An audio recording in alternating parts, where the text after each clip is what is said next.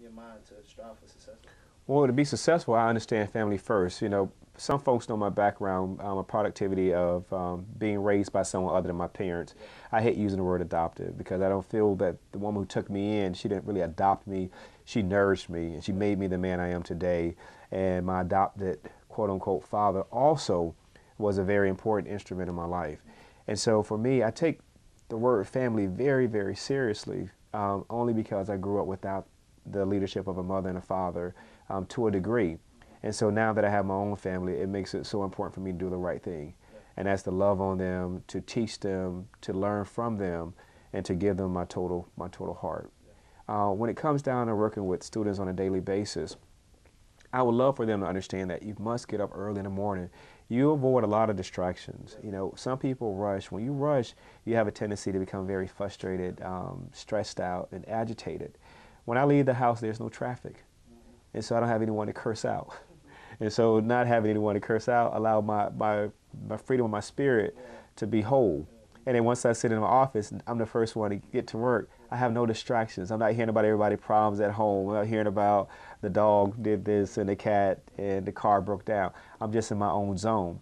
And so I like to say that, like the military say all the time, I do more before 7 a.m. than most people do all day. It is so essential. By getting up in the morning, getting your day started right, you are setting the foundation. And once that foundation is level and sturdy, you can do anything throughout that day. That's good, man. That's good. And speaking on success, so you have really built a great organization here, the Character Center. I seen you help many of kids. How important how important is it to you to give back to these kids? What makes you do what you do here? Let's speak on the Character Center one, and we'll get into the books. But what makes you do what you do here at the Character Center? At the Character Center, I feel it's so essential. The reason why I give back is for two reasons. Well, actually three reasons. One cool reason is when I play as this cool fraternity back in Ohio, Wilberforce University, with Alpha Phi Fraternity Incorporated, the oldest black fraternity in the United States history. We learned principles, and it was based upon manly deeds and scholarship and love for all mankind.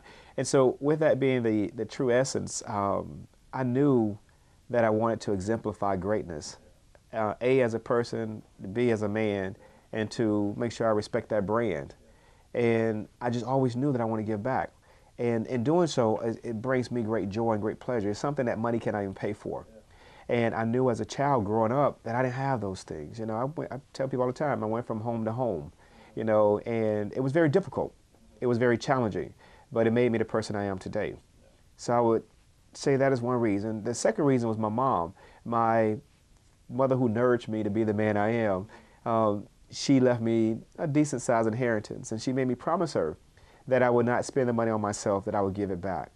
And so this is a way of showing her how much I appreciated the fact that she took me in and raised me. And I wasn't going to be selfish. And so I want to help as many people as I can before I die. And we're all going to die one day. So I speak lightly of it, but it is what it is, man. And so for me, I'm gonna do my best to help as many kids and many students, many parents, many professors, many governors.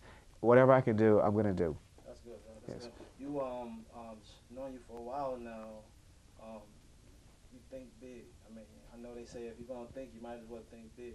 Yes. Where you get all this vision from, man? Where do you get all this vision? I want to know. A lot of people will get, the vision that I have, and people may hate that I would say this publicly, because everybody say, in this world we almost become to a point of anti-Christian. But I must say it, a lot of my vision comes from Christ. Constantly I remind myself of the book of Philippians, and I talk about Philippians 4:13 especially, and I can do all things through Christ that strengthens me. I really believe in that. That's my ammo. And so because I rely and I lean on God a lot, I don't lean on God from a standpoint that I'm going to be judgmental against someone who may be Jewish or a non-Christian or Muslim brother.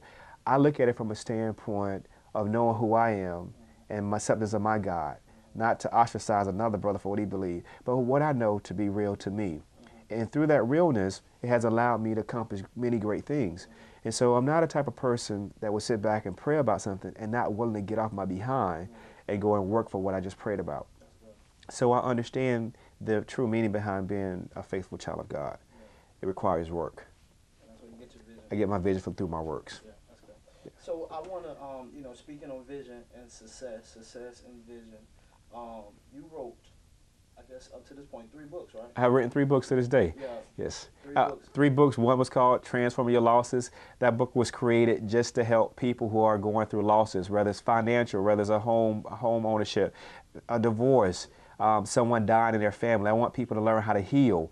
And I think we don't talk enough about forgiveness and reconciliation. You know, people talk about divorce, but no one talks about how do we get back into the mode of helping one another? How do we forgive one another?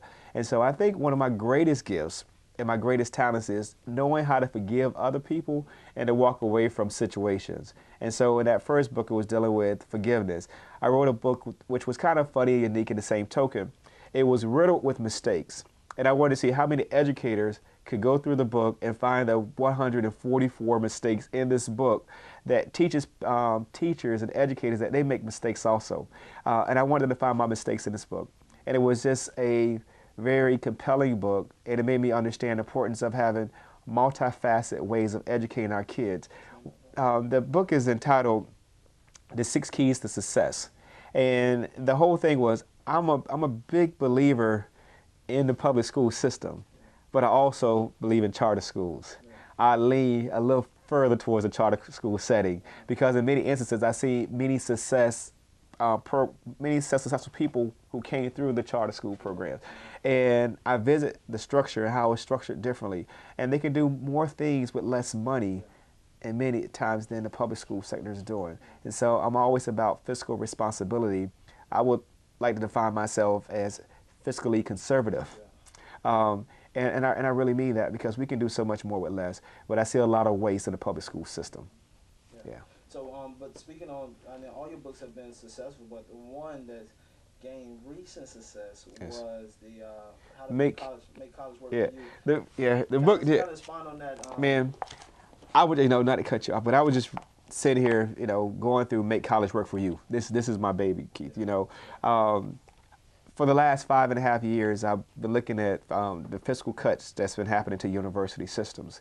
And I was looking at the rate of retention and how many folks are not finishing school in less than 4 years, or kids who are not completing. And I went on this little journey to start interviewing students all across the United States, asking them different questions about why do they feel they're not able to get through school.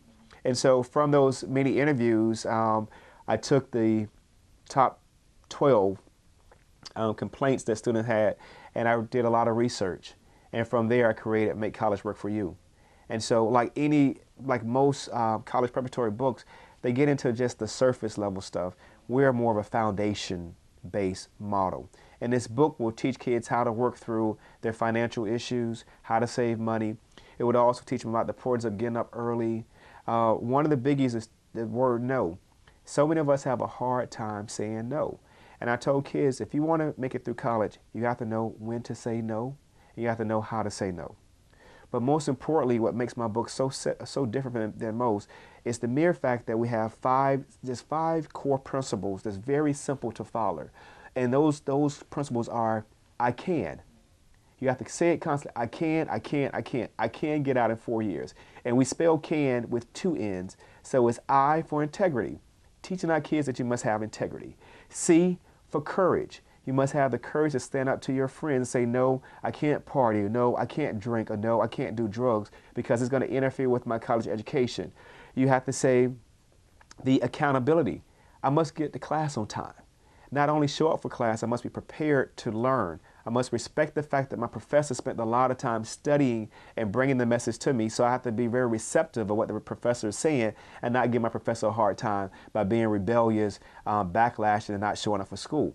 The other piece is networking. I want to teach these kids that you must network effectively through whatever their discipline or their major is. Go out in the community and volunteer and start learning more about that field, not just through a handbook or through your classes, but actually go out and work for an agency in your major, so when you step out, not only will you have that 4-year degree, you'll also have 4 years or 3 years worth of experience. Okay? And then the last one is negotiation. And negotiation is one of those principles where it's win-win. So you have to negotiate with your buddies. You know, I'll help you with this if you help me with that.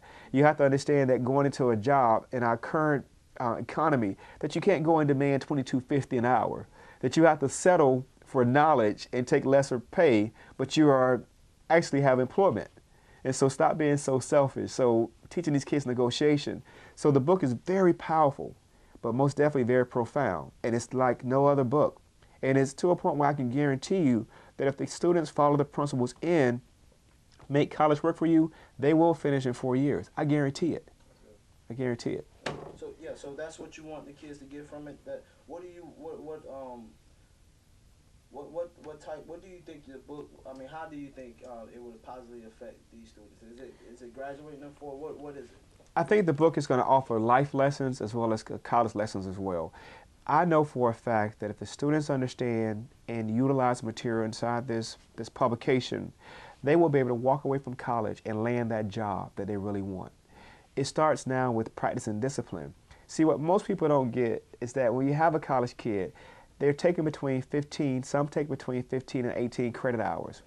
In the real world, it's based upon 40 hours. So my whole objective in this book is getting them to see that you have to start off as early as 7 and wind your day at 5, or go a little further than that, so that you can be in the mindset that this is a job.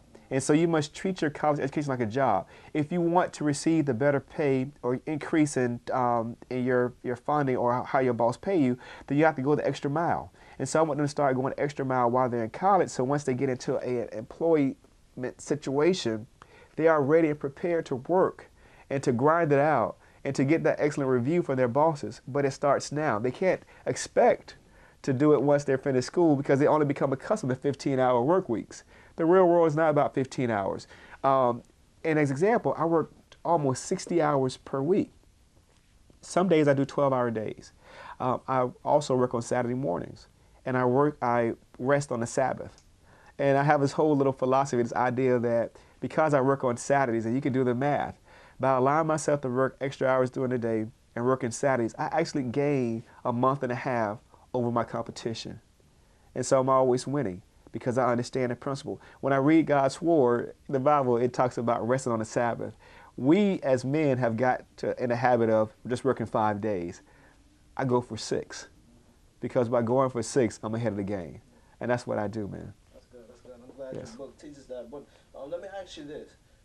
These book tours you're doing, these book tours seem real, like, exciting and fun. How much fun are you having on these book tours? I mean, because a bunch of schools have brought your books, and Yes. now you're going on these book tours.